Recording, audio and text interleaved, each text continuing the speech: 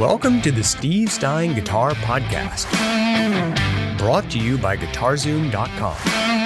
If you want to improve your guitar playing, keep listening. If you want to improve even faster, go to GuitarZoom.com, where you'll find all of Steve's premium courses, masterclasses, and memberships that'll help you quickly and easily improve your playing. Now here's your host, Steve Stein. Hey, Steve here again, and what we're going to be talking about now is the key to effective vibrato. Now, I know I talk about vibrato quite frequently, and it always seems like when I ask people, hey, what do you have problems with when you're practicing? This is one of the things that tends to come up quite frequently. So I want to make sure that we're talking about this effectively so we can do something very small but very powerful to your guitar playing, to the output of your guitar solos and things like that. So what I want you to do is I want you to think about three different things, and then we're going to break all this down. Number one, I want you to think about slowing down. And the second thing I want you to think about is feeling the vibrato. And then the third thing I want you to think about is hearing the effectivity of the vibrato that you're doing. Okay, how effective is it? Is it sounding the way that you want it to sound? Because oftentimes when we play, and I'm sure you know what this is like, when you start jamming or you're playing with somebody or whatever it might be, or you turn the camera on or whatever the situation might be, you kind of tense up. And then that's when all of a sudden, like the creative element that you practice all the time kind of goes out the window, and you're left with this sort of robotic thing that tends to happen. And that's what we want to try and avoid. Now, there's all kinds of different things that we can talk about with making that better, but let's talk about vibrato today, okay? So for me, vibrato is one of the greatest things that you could possibly do on this instrument because it is a very human sounding element. So as I'm playing, if I just do something like this,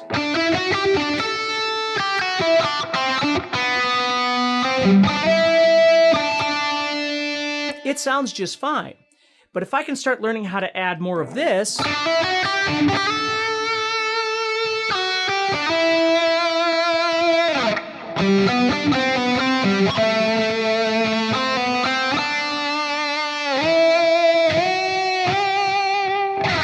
I can get some different things happening with the sounds that I'm creating. So we tend to, as practicing guitar players, we tend to get stuck in a box where we're always thinking about theory, or we're always thinking about scale patterns or you know, technique or something like that. And believe me, those things are important. There's no doubt about it. But we forget about the importance of trying to free our brain a little bit from thinking all the time and to start feeling and listening to what's actually happening. So what we're going to do here is we're going to look at a few different ways to approach vibrato to try and build the perfect vibrato for you. Now, I'm not going to tell you that there's only one way to do it. There's a million ways to do vibrato. I'm going to show you what I do, and then you can kind of build off that and figure out what's going to work best for you. So for me, what I think about is the style of music or the interpretation I am trying to portray while I'm playing. So if it's something very aggressive, I might have a bit wider vibrato, okay, or a bit more aggressive sounding vibrato. If it's something a little more melodic, then I'm going to try and go with something a little more subtle in my vibrato. So the first thing to do is just talk about vibrato. What is vibrato? Well, vibrato is when I take a note. I'll just go to the third fret of the, the fifth fret of the third string here. Okay, now vibrato is when you take that note and you add a wave form to it. If you think about it, when I play it, we can just call that being static. So what I want to do is I want to take that note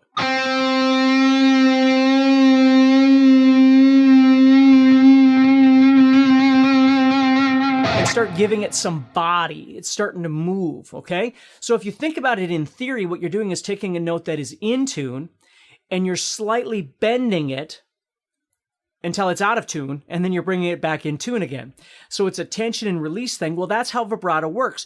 You're not bending it to a note that's in tune and then back to a note that's in tune, although in theory, I suppose we could do something like that. But really, what we're trying to do is just create this subtle movement to this static sound and then bring it back. So it's creating a nice, smooth waveform.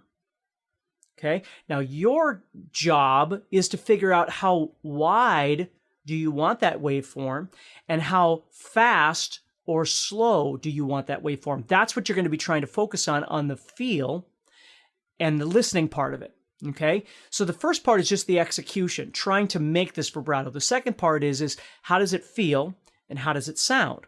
Well, for me, vibrato is basically done by rocking my wrist this way. It's like opening a doorknob for me, okay? It's not done with the fingers. I don't push and pull the fingers like this because it tends to be too unstable. I can't really control it as well as I would like to. Now, I'm not saying that that might not work for you, but for me, what happens is I actually control it by doing this.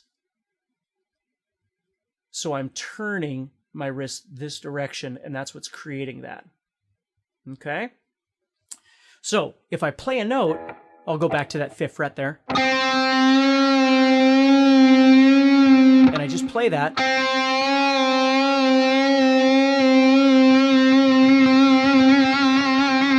Now you'll notice I'm doing the vibrato with my first finger right now.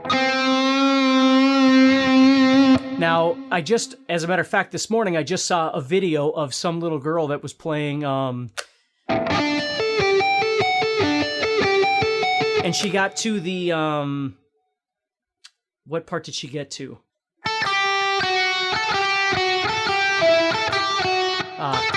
Here.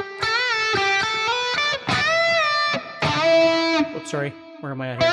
There we go. She got to that little part in the song. But I think she was 7, and her fingers were not yet strong enough to do the bending that she was looking for. Now, bending is a whole other conversation, but what I want you to understand about vibrato is in order for you to manipulate it properly, you need to make sure that you're using the right sized guitar strings as well. So, when we first start learning how to play, people tell us, well, we should use this thickness of gauge because it's better for strumming or it's better for tone or blah, blah, blah. And all those things could be true. But when it comes to learning how to solo and sort of finesse the strings as you play, it becomes very important that the string size or string gauge that you're using is it's able to be manipulated in the way that you want. If your strings are way too thin, you might find yourself kind of bending out of tune or pulling those strings all the time and you're sort of out of tune. If the strings are too thick, which happens quite frequently, then you find that you can't really pull those strings the way you want to create the vibrato or the bend or whatever it is that you might be working on. So in this case, when we're doing this vibrato, it's very important that those strings are comfortable to me to get the sound that I want. So as I'm soloing, if I'm jamming with people or whatever it might be,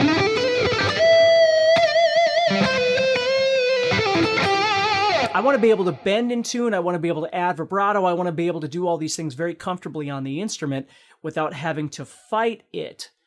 Okay, so I want you just to think about that a little bit because that's something that's very important as well. So as I'm doing this vibrato, I'm pulling the string slightly toward the floor. And then I'm releasing it. And then what I want to do is I want to replicate that distance again and that timing. To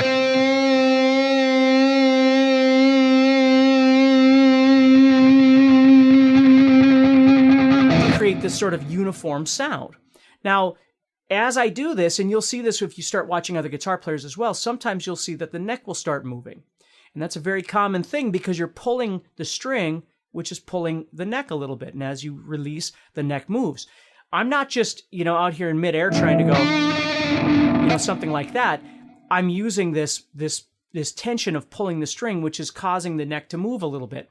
So it's just a motion that's happening. I'm not actually trying to move the neck, but it's happening because I'm pulling that string. And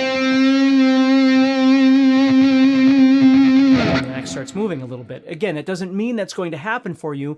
I just want you to understand that it's my point isn't to move the neck. It's just happening as a result of my motion of this vibrato. Okay, so that's the basic premise of the vibrato. Now, the vibrato can go toward the floor, and the vibrato can go toward the ceiling. Okay, now either one would work just fine depending on what's most comfortable for you. Okay, pushing toward the ceiling or pulling toward the floor. Now, there is another kind of vibrato that people talk about. There's actually 2 different kinds, and I don't want to get too deep into these because they're a little less effective for most players. That doesn't mean it might not work for you, but one is what we refer to as the classical vibrato. And the classical vibrato is when you take the string and you move it back and forth in the fret itself, within that fret. So I'm not pulling or pushing the string. I'm literally just moving back and forth inside this one fret. Now, you're going to get a very, very, very, very subtle vibrato by doing that. Okay, and if you think about a classical guitar player, they're not really trying to get these kind of Eric Clapton style vibratos. So that's a different thing entirely, but you will see that. Okay, we're not really talking about the classical style vibrato, but I do want you to know be aware of what it is.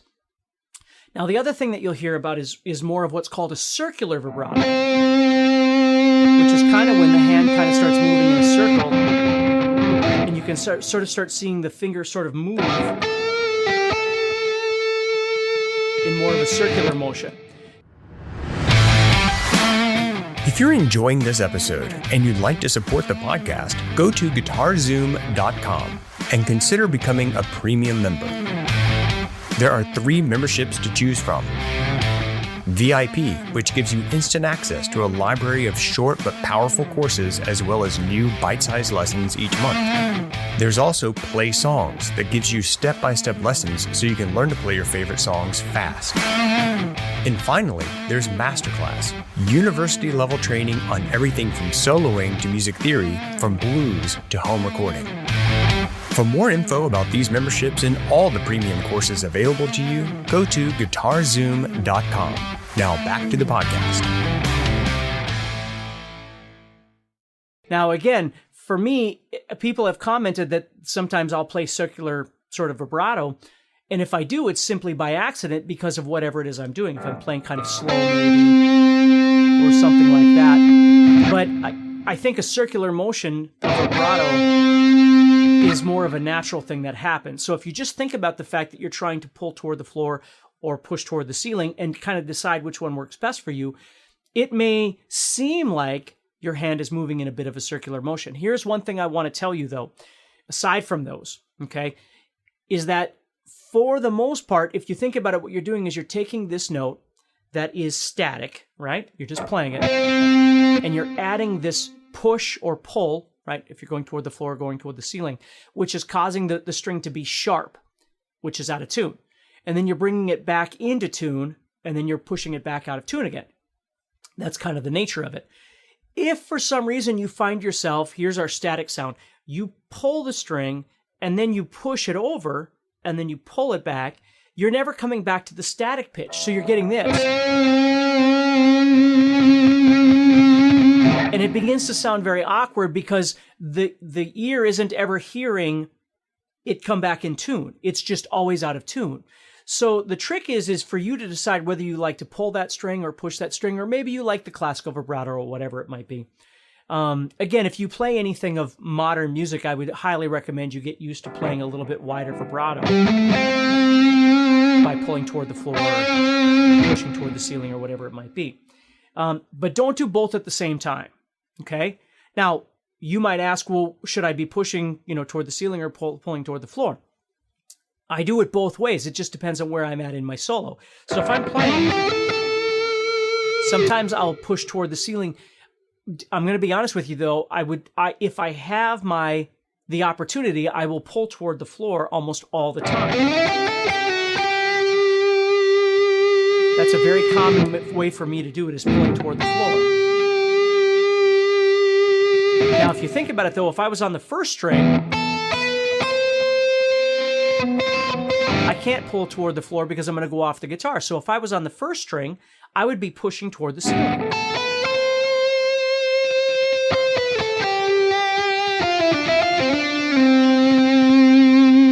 So on the first string is very much a place where I would wind up adding a bend, a vibrato that's pushing toward the ceiling.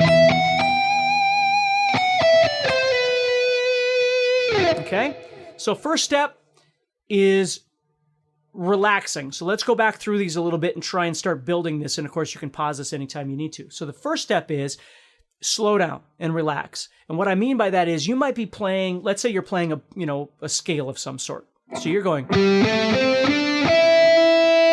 When you get to the note that you want to add vibrato on, you don't have to add it right away. You might just let the note sit for a second. And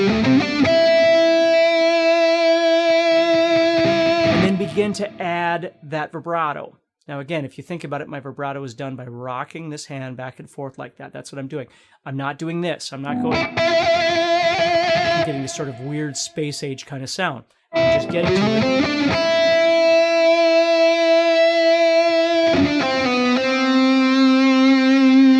it. Okay? Now, again, it's all up to you.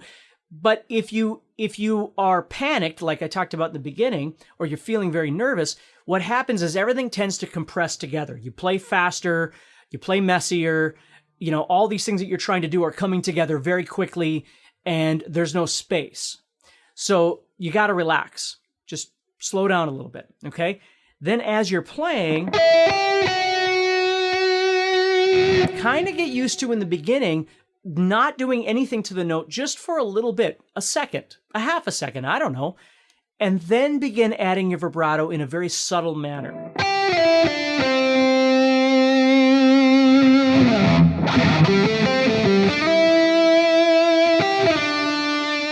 That way you're letting everything breathe. And what that also is doing is if you think about it, it's slowing down your soloing entirely. So your brain, again, you're trying not to go 1,000 miles an hour in your brain as you're playing because you're nervous and you're recording or there's people around or whatever it might be. You're just slowing the whole process down. Now, when you slow it down, you've got time now to feel what this feels like. And you've got time to hear if it's in pitch, if it's in tune, if you're creating a nice uniform wave. How fast is it? How slow is it? How wide is it? What do you want to do with this thing? But if you're just going 100 miles an hour, you're never going to be able to do any of those things. It's just sort of happening like...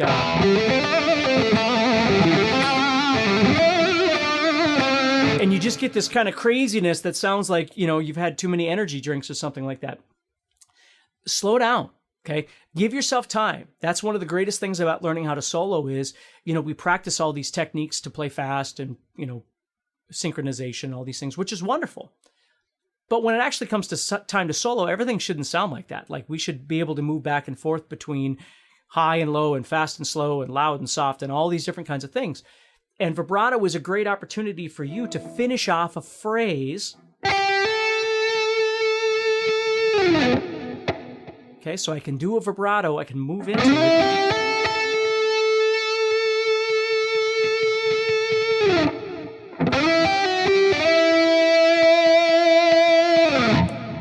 You see? I can do it at any time. I don't have to end every note with it. I don't have to start every note with it. It's just when I feel like adding it,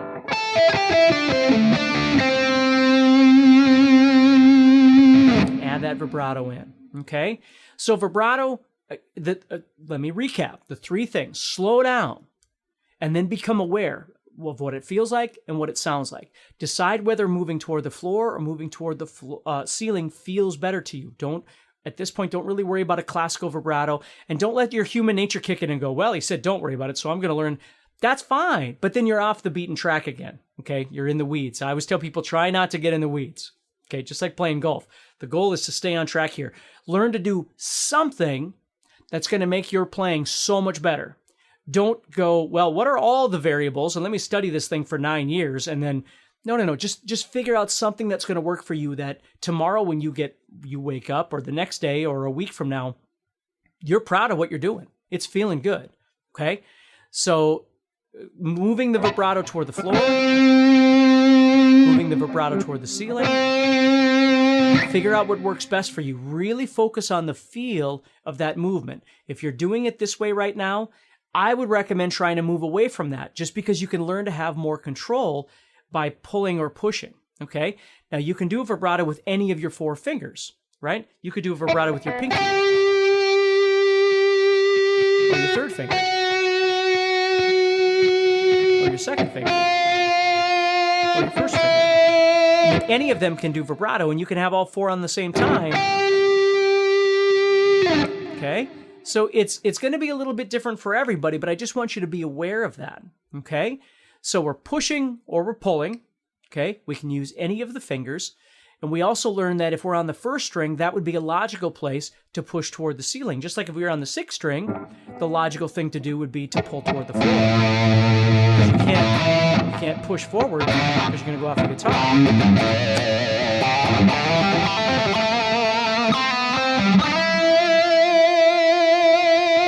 That's a pretty average vibrato for me.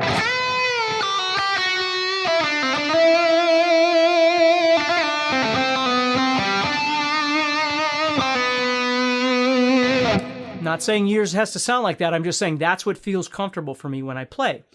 Now, there is one last thing I want to say about vibrato that's really important. Vibrato can be done with a whammy bar as well.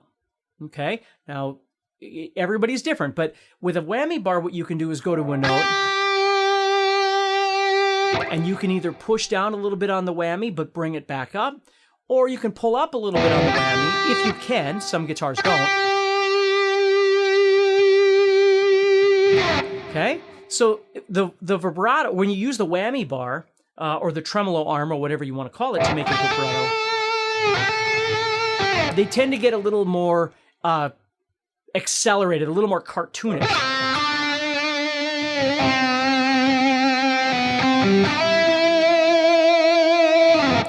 And I like that sound. It's a really nice sound. So if I'm soloing,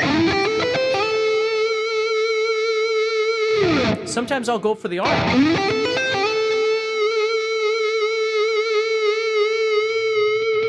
And I'll make different sizes, right? Like you might have noticed right there, it wasn't all uniform. I'm speeding it up and slowing it down. So that's another element of vibrato. I don't do it all the time. It's more an effect that I would do, and I could do that with my hands as well if I played something.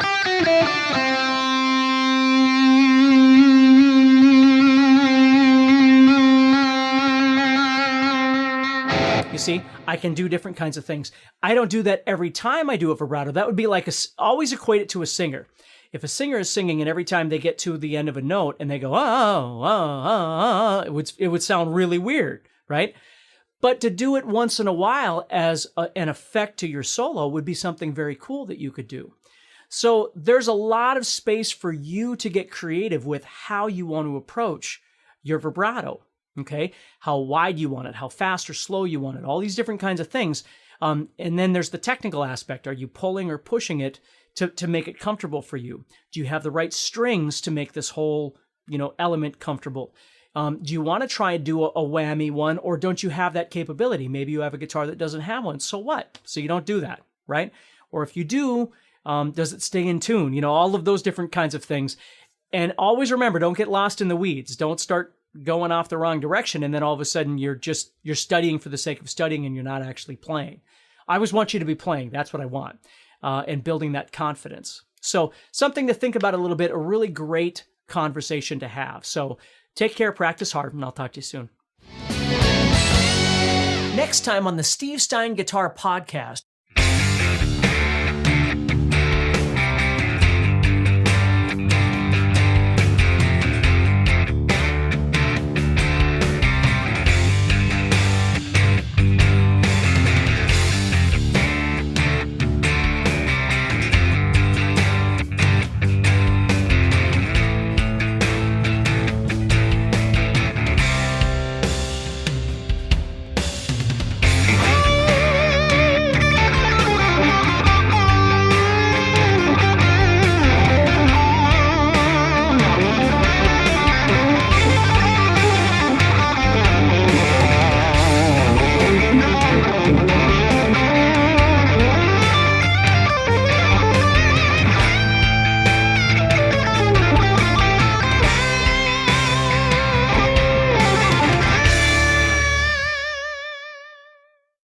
Hey, Steve Stein here, and what I'd like to talk to you about now is the importance of understanding that blues is such an awesome style of music, but we tend to forget that when we play blues or when we write blues songs, they don't have to just be 12-bar blues. Hey, Steve Stein here from GuitarZoom.com, and thank you so much for listening to this podcast. If you enjoyed this episode, can I ask you a favor? Please subscribe, leave a review, and share it with a friend. Your feedback means more to me than you'll ever know. And be sure to check out my YouTube channels where you'll find over 1,000 videos to help you with your guitar playing. Thanks again for listening. Stay positive, keep playing, and keep having fun. If you'd like some help with your guitar playing but you're not sure how to get started, go to GuitarZoom.com and look for the Help Me Choose survey. By answering a few simple questions, you'll get Steve's personal recommendation of the perfect course for you. All this and more is available for you at GuitarZoom.com.